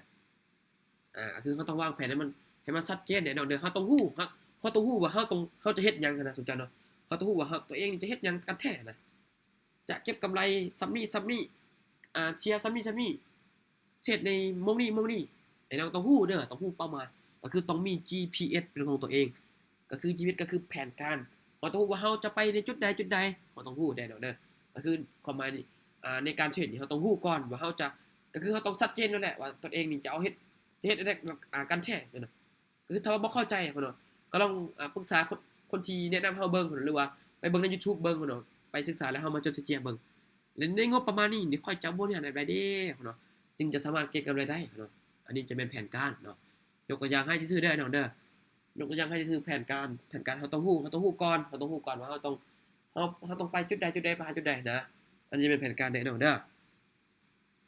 พอเข้าใจบ่สมเจ้าพอเข้าใจบ่คนไอ้น้องแต่ละคนนี่พอเข้าใจบ่และใครที่ยังเฮ็ดบ่ได้ก็มีแต่ลองปรับไปเรื่อยๆเบิ่งไอ้น้องลองปรับไปเรื่อยๆเบิ่งเจ้าคือยังให้ไอ้น้องน่ะบ่ต้องพาที่จะย่อท่อกับมันนั่นกันนะเพราะว่าเจมมักเรียนแบบนี้ได้เวลาเจมตอนเจมยังศึกษาใหม่ๆเลยเจมชื่อได้ว่าเจมบ่ได้มักนำพาเทรดเลยเนาะบ่ได้มักเลยเข้าไปก็คือไปศึกษาเทรดนี่โมสิไปฟังซื่อๆเนาะไปฟังซื่อๆและเจมวิเคราะห์ในใจว่าสูตรว่าวิเคราะห์ว่าตรงสูตรว่าแล้วเอิ้นขายเขาเอิ้นซื้อเนาะเจ้าความหมายของข่อยแบบนั้นและเวลาเขาเจ้ามาแชร์บทเรียนแบบนี้นี่โอ้ข่อยมักขนาดนั้นเนาะข่อยมักแฮงเนาะเฮาจะได้ฮู้ mindset เฮาจะได้ฮู้วิธีการบริหารเงินเนาะเฮาจะได้ฮู้ความคิดของเขาเจ้าคิดแบบใดเขาพาเทศบ่แม่นมักนะเขามาแชร์ความรู้แบบว่าเขามีแรงผลักดันมาอาจารย์นี่แหละเนาะเจมยังให้น้องเข้ามาศึกษาแบบนี้ให้มันหลายๆขึ้นเด้อน้องเด้อเพราะอย่าเน้นที่จะนำเทรดนำเขาเจ้าหลายเนาะบางมื้อก็ได้เด้เขาจะเทรดบางมื้อก็เสียถ้าว่าเขาได้ก็ได้เงินของเขาเนาะถ้าว่าเขาเสียก็เสียเงินของเขาอีกเนาะถ้าว่าเขาเทรดนำเขาก็เสียเนาะแล้วเฮาบ่ฮู้เลยว่าเป็นหยังเขาจึงซื้อจึงขายเนาะเฮาบ่ได้ฮู้ซ้ำเจ้าเนาะเฮาบ่ได้เข้าใจบ่เรียนซ้ำเจ้าคันเฮาเรียนมาดีแล้วเฮาไปออกตามคนอื่นบ่เรียนของเฮาก็บ่ได้ใช้แม่นเนาะเฮ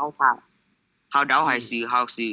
แล้วบ่เรียนของเฮาขายเฮาตามซื้อเขาก็เสียแม่นเฮาต้องซื้อมั่นใจตัวเองจ้ะการที่เฮามีบทเรียนของตัวเองนี่เฮาบ่ต้องพึ่งพาคนอื่นเฮาเทียบคนอื่นก็เทียบได้เจ้าเนาะเห็นบ่เนาะเฮาผิดพลาดเฮาก็บ่ต้องได้โทษคนอื่นเฮาโทษตัวเองนี่เจ้าเนาะเห็นบ่ว่าเป็นหยังว่าเข้าบ่ได้ย้อนตัวเองนี่นะลองปรับเปลี่ยนใหม่เฮามีบทเรียนแล้วมีประสบการณ์แล้วลองปรับเบิ่งนะเฮามีบทเรียนเป็นของตัวเองเฮาก็สามารถพึ่งตนเองได้บ่สามารถที่จะไปพึ่งคนอื่นได้เนาะบ่ต้องพึ่งคนอื่นเลยเนาะเฮาเทียบได้ด้วยตนเองเนาะประสบผลสำเร็จตนเองได้เลยเนาะอันนี้เนาะอยากให้น้องได้เข้าใจเด้อน้องเด้อ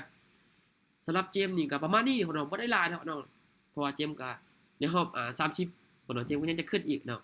ยังจะขึ้นอีกเนาะไอ้น้องพอเข้าใจที่แต่ละคนนี่พอเข้าใจบ่เนาะพอเข้าใจบ่เจ้า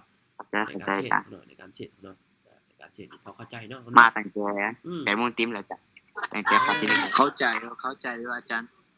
โอเคเนาะถ้าว่าอยากได้บทเรียนเดี๋ยวเจมจะโพสต์ลงได้น้องเด้อไปเอาได้เด้อน้องเด้อโพสต์ลงเลยอาจารย์โอเคโพสต์ลงอยู่กลุ่มก็ได้อาจารย์โอเคเนาะเข้าใจเนาะเนาะเข้าใจบ่บอกให้เบิ่งสมเจ้าเข้าใจบ่เข้าใจโอเคเนาะเข้าใจแล้วเจมก็โอเคเนาะขอบใจเด้อเนาะขอบใจคือกันเนาะขอบใจกันเด้อตาเด้อขอบใจคือกันเนาะ